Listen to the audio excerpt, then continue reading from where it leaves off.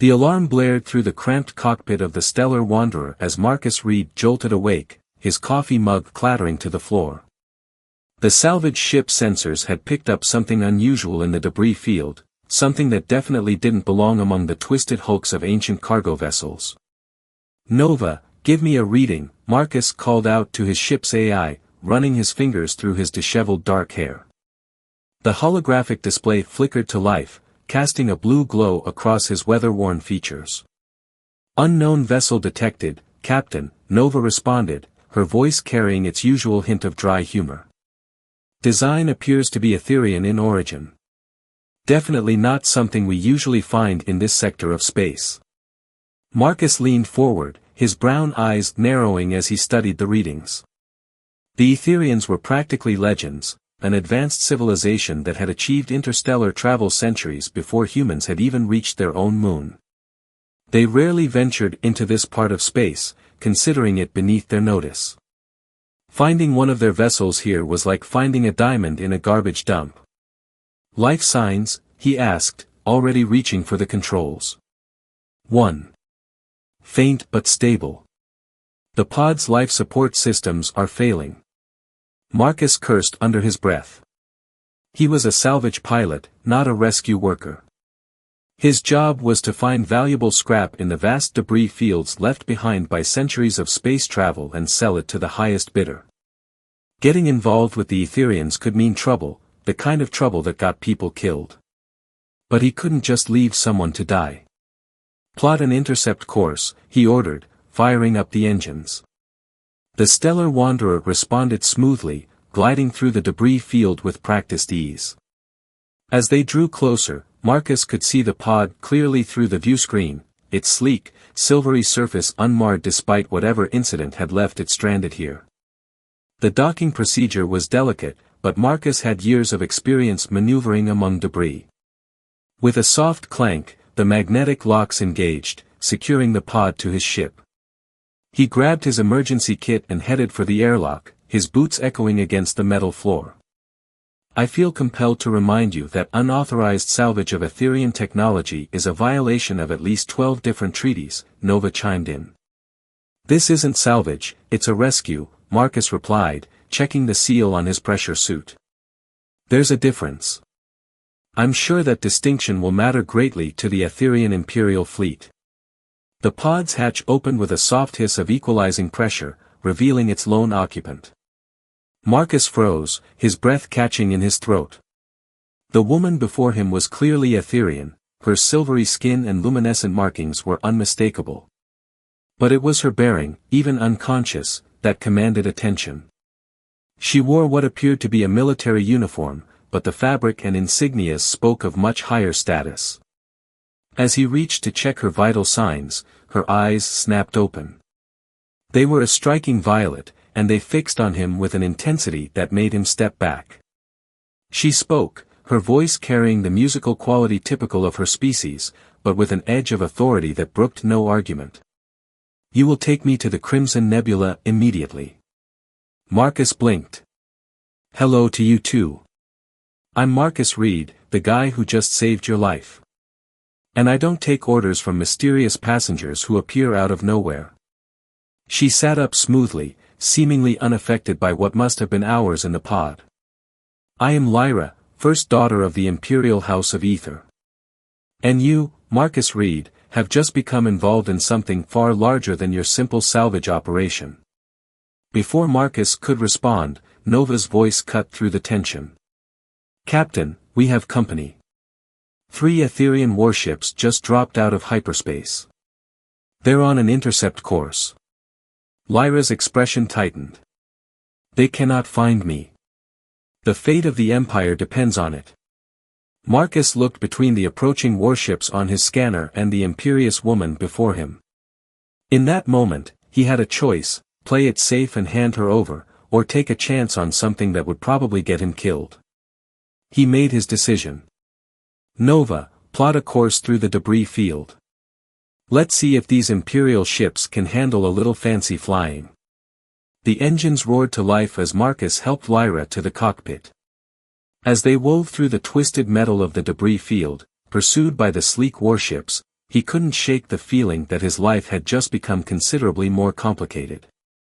He had no idea how right he was. Rebels and royalty. The stellar wanderer limped into the asteroid field known as the Graveyard, its hull bearing fresh scars from their narrow escape. Marcus had managed to lose their Imperial pursuers through a series of increasingly desperate maneuvers, but the cost to his ship had been steep.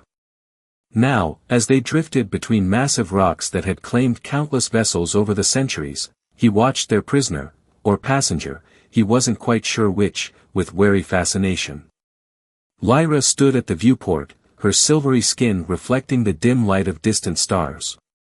She hadn't spoken much since their escape, but her presence filled the cramped cockpit with an almost tangible tension. "Your ship's energy signature," she said suddenly, breaking the silence. "You've modified it to be variable. That's how you confuse their tracking systems." Marcus smiled despite himself. "Not bad for a simple salvage operation, right? Amazing what you can do with spare parts and too much time on your hands." "Indeed." She turned to face him, her violet eyes scrutinizing. "Perhaps I underestimated human ingenuity."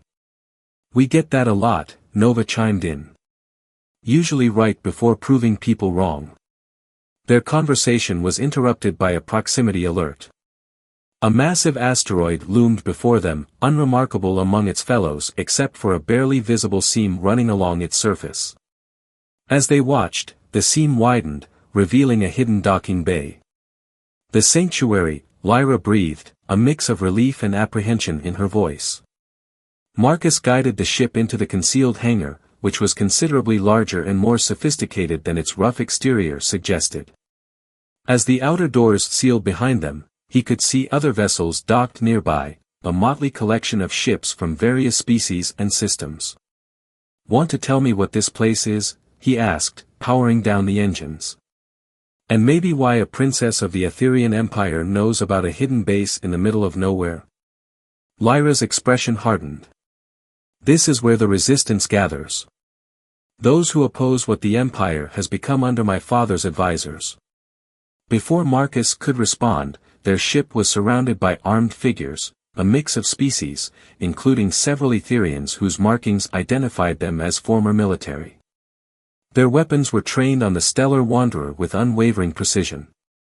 "Stay behind me," Marcus muttered, reaching for his sidearm as the airlock cycled. Lyra laid a hand on his arm. "That won't be necessary." She stepped forward as the airlock opened, her bearing every inch the royal she was. "I am Lyra, first daughter of the Imperial House. I seek audience with Commander Voss." The response was immediate. The armed figures lowered their weapons, and a path cleared as a tall, battle-scarred Etherian stepped forward.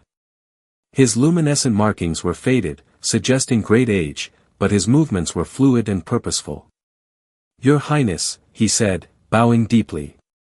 "We had feared the worst when we lost contact." "The Imperial Guard discovered my plans," Lyra replied. "If not for this human's intervention, would be in my father's palace now, being re-educated about my proper place." Commander Voss turned his attention to Marcus, his expression unreadable. "Then we owe you a debt, human. Though I suspect you had no idea what you were getting involved in." "Story of my life," Marcus shrugged. "But since I'm here, maybe someone can explain what's really going on. Because I'm getting tired of being the only one who doesn't know why I'm risking my neck." Lyra and Voss exchanged glances. After a moment, Voss nodded. "Show him." They were led through winding corridors carved directly into the asteroid, passing workshops where engineers of various species worked on unfamiliar technology, and training areas where fighters practiced with both traditional and energy weapons. Finally, they entered a large chamber dominated by a holographic display of the galaxy. "The Empire is dying," Lyra stated flatly, manipulating the display to zoom in on Etherian space.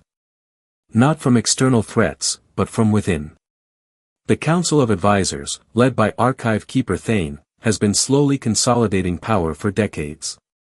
They've corrupted our oldest traditions, twisted our laws, all while maintaining the fiction that they serve the greater good. The display shifted, showing scenes of poverty and unrest that seemed at odds with the Aetherian Empire's reputation for order and prosperity. My father, the Emperor, is little more than a figurehead now. I've spent years gathering evidence, building a network of allies, preparing to expose the truth. But Thane's agents are everywhere. The princess's capture would have ended any hope of reform, Voss added. With her under their control, the council could force through their most radical proposals, claiming royal support. Marcus absorbed this information, his mind racing. So instead of a simple rescue, I've managed to get myself involved in a civil war within the most powerful empire in known space. Perfect. He ran a hand through his hair, a habit when thinking. But why show me all this? Why trust me? Lyra's expression softened slightly. Because we need you, Marcus Reed. Your ship, your skills, but most importantly, your human perspective. The Council believes they can predict and control everything because they think they understand how all species think and behave. But humans. She smiled, a genuine expression that transformed her features. Humans have a way of defying expectations. Before Marcus could respond, alarms began blaring throughout the base. Nova's voice came through his communicator, urgent, Captain, we've got multiple ships dropping out of hyperspace. Imperial signatures. They followed us. Voss was already moving, barking orders to his personnel. How? The graveyard's interference should have masked your trail completely. Unless, Lyra's voice was ice, there's a traitor in the sanctuary. Marcus checked his weapon, surprising himself with his lack of hesitation. Well, Your Highness, looks like you're about to see more human unpredictability in action. The sound of distant explosions echoed through the asteroid base, and Marcus couldn't help but wonder if he'd finally found something too big to talk, fight, or fly his way out of. But as he looked at Lyra's determined expression, he realized he was probably going to try anyway. The next hours passed in a blur of chaos and precision. Marcus found himself running through the bowels of the asteroid base alongside Lyra and a small team of rebels, while Commander Voss coordinated the evacuation. The sounds of battle echoed through the corridors, the Imperial forces had breached the outer defenses. The archive chamber, Lyra commanded, leading them down a hidden passage. We cannot let them take it. The chamber they entered was unlike anything Marcus had seen before. Crystalline structures lined the walls, each pulsing with an inner light that seemed to respond to their presence. At the center stood a pedestal bearing a single artifact, a small cube covered in intricate markings. The ancestral core, Lyra explained, quickly working at a control panel. It contains the true history of our people, including evidence of the Council's corruption. But it's more than that.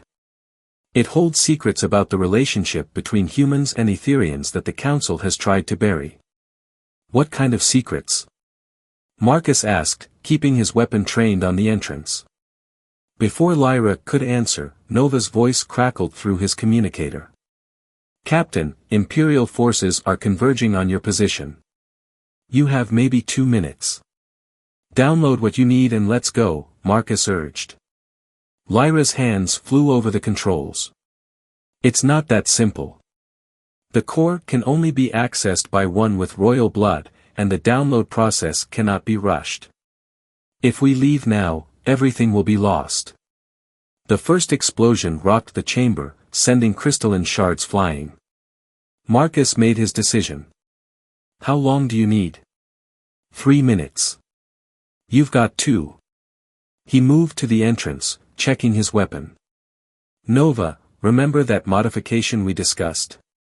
The one that would probably blow up the ship. The one I specifically advised against. Multiple times. That's the one. Do it. There was a pause. Done. Timer set for 2 minutes. Try not to die, Captain. The first wave of Imperial troops hit the corridor like a storm, but Marcus was ready. Years of surviving in the dangerous fringes of space had taught him every dirty trick in the book. He used the narrow corridor to his advantage, turning it into a killing field with precise shots and clever use of debris as cover. Behind him, Lyra worked frantically at the console, the core's glow intensifying. "Marcus, you need to see this. The core, it's showing me why the Council fears humans so much. Your species, you're not just similar to ancient Etherians. You're their descendants." Another explosion rocked the chamber. "Great family reunion," Marcus grunted, taking down 2 more soldiers. "Any other revelations?" "The Council's been suppressing human advancement, sabotaging your colonies, all because they're afraid you'll reclaim your heritage. The core contains protocols that could awaken dormant abilities in humans, abilities we Etherians have lost over millennia of artificial perfection." The timer in Marcus's head was counting down. "Lovely chat about genetics, but we need to move. Now." Just then, a new figure stepped through the smoke, tall, regal, wearing the elaborate robes of an archive keeper. "Thane. My dear princess," he said, his voice smooth as silk. "All this chaos, and for what? To protect these primitives? To preserve fairy tales about their importance?" Lyra straightened, the core clutched in her hands, its glow now brilliant. "No, Thane. To restore what we've lost. To remember what we once were." Nova's voice cut through the tension. 10 seconds, Captain." Marcus grabbed Lyra's arm. "Hold on to something." The explosion when it came wasn't from the chamber entrance as the Imperials expected, but from below, the Stellar Wanderer's modified engines detonating in a carefully controlled blast that tore through the asteroid's lower levels. The floor buckled, throwing everyone off balance. In the chaos, Marcus and Lyra ran. The battle for the sanctuary became a desperate race through space.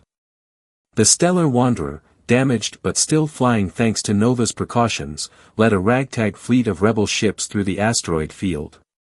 Behind them, Imperial warships gave chase, their superior weapons hampered by the terrain and their own rigid tactics. In the cockpit, Marcus flew on pure instinct while Lyra worked with the core, her fingers dancing over its surface as it interfaced with the ship's systems. Commander Voss's voice came through the comms, coordinating the rebel fleet's movements. "The core's showing me something," Lyra said suddenly. "A hidden facility, deep in the Crimson Nebula. That's where the protocols were developed, where the links between our species were forged." "That's great," Marcus replied, rolling the ship to avoid a barrage of energy weapons, "but we've got more immediate problems." As if to emphasize his point, a massive Imperial dreadnought emerged from hyperspace directly ahead of them. They were trapped between the pursuing fleet and the sector's most powerful warship. "No," Lyra said, her voice firm. "This is exactly what we need." She raised her hands, still holding the core, which now pulsed in sync with her own luminescent markings. "Marcus, do you trust me?" He looked at her, this princess who had turned his life upside down, who had shown him a universe larger and more wonderful than he'd imagined. "Against my better judgment, yes." "Then fly straight for the dreadnought. And when I tell you, close your eyes." The core's glow intensified as they approached the massive warship. Through the viewport, Marcus could see its weapons powering up, could practically feel the targeting systems locking onto them. Behind them, the pursuing fleet was closing in. "Lyra. Now." Marcus squeezed his eyes shut just as a blinding light filled the cockpit. He felt something. A surge of energy, a awakening of something that had always been there, dormant. When he opened his eyes again, the universe looked different. He could see energy flows, gravitational fields, the complex dance of quantum particles that made up reality itself. And he knew exactly how to use them. With newfound instinct, Marcus reached out with his mind, connecting with the Stellar Wanderer in ways that shouldn't have been possible. The ship responded like an extension of his own body, performing maneuvers that defied conventional physics. Around them, other human pilots in the rebel fleet were experiencing the same awakening. Their ships moved in perfect coordination, weaving an unstoppable dance through space. The Imperial fleet, faced with enemies operating on a level they couldn't comprehend, began to fall into disarray. The dreadnought's weapons fired, but the rebel ships were already gone, moving through spaces that existed between normal space. The protocols, Lyra explained, her voice filled with wonder. They're not just about awakening abilities.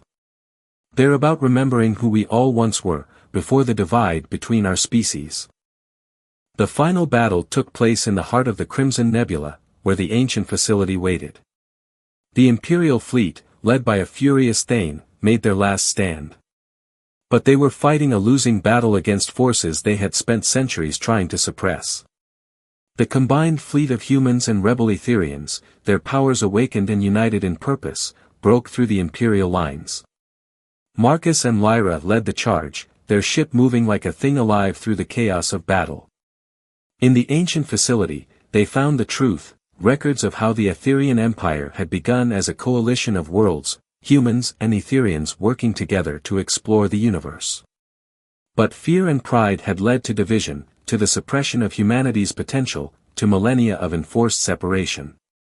The core, combined with the facility's systems, broadcast the truth to every corner of the Empire. The Council's careful lies unraveled in the face of undeniable evidence. Across Etherian space, more humans began to awaken to their heritage, and more Etherians remembered what their civilization had lost. The fighting ended not with a dramatic final explosion, but with a wave of understanding that swept through both fleets. Imperial ships stood down as their crews realized the truth. Thane and his loyal followers fled into the unknown regions of space, their power broken. In the aftermath, Marcus stood with Lyra in the Imperial Palace, looking out over the capital city. The streets were filled with humans and Etherians celebrating together, their ancient bonds renewed. So, he said, what happens now? Lyra smiled, her hand finding his. Now we rebuild.